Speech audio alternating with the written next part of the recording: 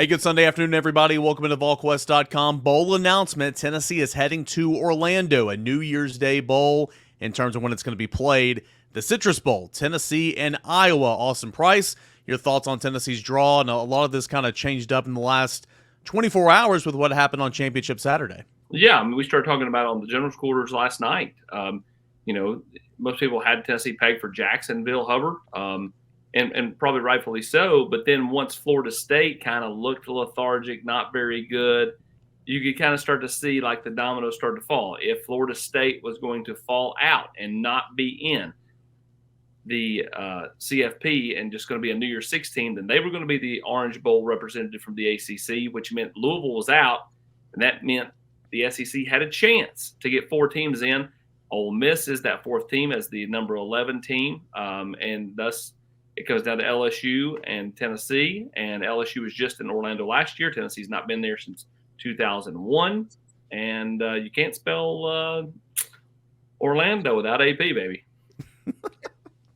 I mean, I don't really have a whole lot else to add. I think you just recounted the last 24 hours there, AP. Right. But, I mean, look at the storyline here was that the league was not convinced that they were going to get 4 teams into the combination of the playoff and the New Year's Six. Ole Miss thought they were going to go to Orlando is where they thought they were going. And a lot of people thought that by virtue of Texas getting into the playoff, that could push Oklahoma ahead of Ole Miss in the final CPS rankings, right? Or the final college football playoff rankings. And when that didn't happen and Ole Miss landed in the New Year's Six, then all bets were off at that point. The Citrus Bowl, or the Cheez-It Citrus Bowl, had 2 options because they could not pick a team that had 7 wins over a team that had 9 wins. There can't be two game separation. So by virtue of LSU holding on to beat Texas A&M, that eliminated all the 7-win teams from the selection process for the Citrus Bowl. So that meant they had 2 teams to pick from. They had Tennessee and LSU once Ole Miss was elevated to the Peach Bowl, and LSU played in the Citrus Bowl last year. They opened the season this year against Florida State in Orlando in Camping World Stadium. And I don't think anybody on that committee, which is a part of that preseason game, said, you know what, we really like the idea of having LSU 3 times in a 12-month period, which makes a lot of sense. LSU has long wanted Tampa. They told the league they wanted Tampa, from what I understand. The Saints are playing in Tampa the day before. So there's a lot of things that made sense for LSU to end up in Tampa. And then by virtue of that, of Ole Miss landing in a New Year's Six, Tennessee finds themselves in a place that everybody made fun of, Austin, in the 90s, but Tennessee fans hadn't been there in 2 decades, and now they find themselves in Orlando. Yeah, I mean, before the season started, a lot of fans would come in, and what do you think is a good year? Like, what do you think is a successful year? I said, to build off what you did last year, I don't think you're going to be quite the same at 9-3 and a trip to Orlando. Well, they end up losing 1 more than that, but they still get the trip to Orlando and they go 8-4. They play an Iowa team that is, let's face it, they're all defense. To me, this is kind of it's kind of like Ryan Day playing a Harbaugh-less Michigan team. Like, for the defense, from a standpoint of like, if you hold them down, that's what you're supposed to do. And if they score, everybody's going to be losing their minds because they lead the nation in 3 and outs. So, like, to me, this is a favorable matchup for Tennessee. The question is, guys, and I don't know what you guys talk about this, is wonder what group of Tennessee players we'll see in Orlando for the Cheez-It Citrus Bowl, because I don't think you'll see the group that left the field against Vanderbilt a couple of weeks ago. I think it'll be a modified group. I think you'll see some, but not all. Yeah, I mean, that's, Brent, that's something we're paying attention to in college football the last couple of years. The launch of the 12-team playoff beginning next year, I think, will kind of help alleviate some of this. But if you're not in that playoff, you're not in a big-time bowl game, a lot of times you're seeing these players opt out to go ahead and focus on NFL futures. Last year, of course, Hendon Hooker was hurt, but Cedric Tillman didn't play. Jalen Hyatt didn't play. But then you did have Darnell Wright, who did play. Byron Young did play. So it really comes down to what the holder values, right? And so which of these Tennessee players will decide not to play, who will enter the transfer portal and will not be a part of this team throughout the transfer or throughout the bowl practices. we've been talking about it for the last couple of days. I mean, December is going to be wild, and it's going to be a storyline for both teams, Iowa included. Who's going to play in this game? Who's going to opt out? And what these groups kind of look like in the next few weeks? Yeah, no doubt. And there'll be news tomorrow. I mean, Monday will be a heavy news day for Tennessee. With the portal becoming officially open, you're going to see some names officially out there. I'm surprised some guys haven't already tweeted out some things about departures, but there's going to be some departures from this team over the course of the next few days as a part of the portal opening. And then I think the opt-out question is a pretty fascinating question.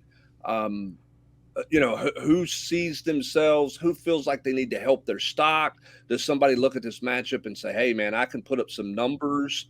Does somebody look at this matchup and say, hey, this is a game where I can help my NFL value a lot? Or does somebody say, nah, I don't see the point in that? Playing in your hometown area. I mean, one thinks Joe Milton's not opting out, right? I mean, he's going to have, I mean, it's home. I mean, he's going home basically to play. So, who wants to play in the game? Who doesn't? Does the location matter to some players? Hey, I'd really like to go there because I've never been there. There's probably some guys who think that way a little bit. So I don't know. I don't know how many are going to opt out and just say, I'm done, versus those who transfer out and are going to be done by virtue of transfer, AP. Yeah, I mean, we won't break down the whole team, but let's face it, Jalen Wright not going to play in this game. What about Jabari Small? What does he do? Is he heading off to the NFL? Is he transferring? I don't see him playing either. So all of a sudden, the running back position changes, right? Dylan Sampson, there's that little flirtation out there. I think he'll play in this game. And then it's Cam Selton. Look at the offensive line. I think Gerald Mincey's probably trending to coming back. I don't think it's set in stone, but trending to coming back. Well, he's still got the bum knee. So, I think, having a kind of a month off to lead up to that, maybe he gets a little healthier. What happens with Addison Nichols? Does he go in the portal or does he not go in the portal? Because there's a lot of rumors out there about him. What about John Campbell, Cooper Mays? You can go right down the list. The offensive line could look different. The defensive line could look different. I think the tight end position is pretty set. In the secondary, I think Tennessee's got to work in some of these younger guys. We'll have a month to talk about all that, but there's a lot of moving parts here where Tennessee could be really, really good in that bowl game, or they could look really, really different in that bowl game and could determine kind of how that game goes. Yeah, I do think it's a. Go ahead, Eric. Sorry. I was going to say I do think it's a great opportunity for Tennessee. Again, it's you were going to take a slight step back, likely from what you did last year, kind of like what you talked about earlier, Austin. But to get back into a nice bowl game, it's not a New Year's Six bowl game, but it's a bowl game you haven't been to. Biggest of the non-New Year's Six games for the SEC.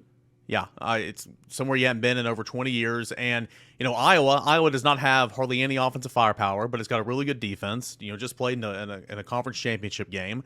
To end the season kind of on a high note, whereas finishing 8-4 with lopsided losses to Missouri and Georgia just kind of leaves a bad taste in your mouth. Sure, bowl games in this end, they don't necessarily mean anything in terms of propelling or taking away from what you already did. Like what Tennessee did in 2021, despite losing in the Music City Bowl to Purdue, you felt good about what you did in year one. But still, a chance to end on a high note against different type of competition, Brent, that I think Tennessee kind of matches up well with. It's the tortoise and the hare. It's gonna be really interesting to see these two teams kind of combated there in the next month. Well, I think Tennessee could look vastly different than what they've looked earlier in the year in terms of the personnel. I'm not sure Iowa's going to be that vastly different. Agreed. I don't know how many opt-outs, how many transfers you're going to see in there. So what you see out of Iowa may be kind of what you get. I don't know that they change a great deal.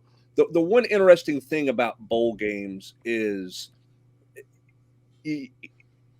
depending on how you manage it and who plays dictates the narrative of the importance of the bowl game.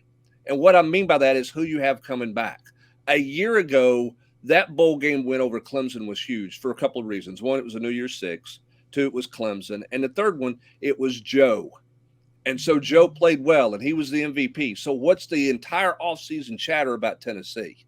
Well, they're not going to miss a beat, right? They got Joe Milton. They answer the quarterback question, and away you go. So part of this narrative about the bowl game and what it means if you win and what it could mean for your team, a lot about it is who are the people helping you win a bowl game? What does that look like? Are they a bunch of guys coming back, or is it 20 seniors that you're saying goodbye to that help you get a win, and you have a bunch of questions there? So, I think also you take bowl games on the surface for whatever they are. It's the next game. It's the next opportunity. And I think coaches have to view them a little bit different. I heard Reese Davis say this in their 4-hour marathon towards the end when he was talking about, they used to be the bowl games used to be exhibition games. Is kind of what they were viewed as, was exhibition games. I think we're trending back towards that direction of it being kind of a preseason exhibition game, if you will. It's more about the young players than it is a reward for the veteran players in a lot of ways. And I think that's a mental shift some coaches have to address and have to look at, because you have to use it as something moving forward, in my opinion. Oh, I don't disagree. I think that the whole bowl experience, bowl practice, bowl game, Tennessee's got to. Everybody's heard me ad nauseum talk about how they don't rotate enough at certain positions. But I mean, I think you're right. I think that it's got to be kind of that. I don't even call it a springboard. I don't think that's accurate either. It's got to be that nice kind of like stepping stone, for younger guys to get a little bit more playing time, let them feel good about themselves. I'll be fascinated to kind of see what Tennessee looks like, when they take the field in Orlando, Florida for the Cheez-It Citrus Bowl.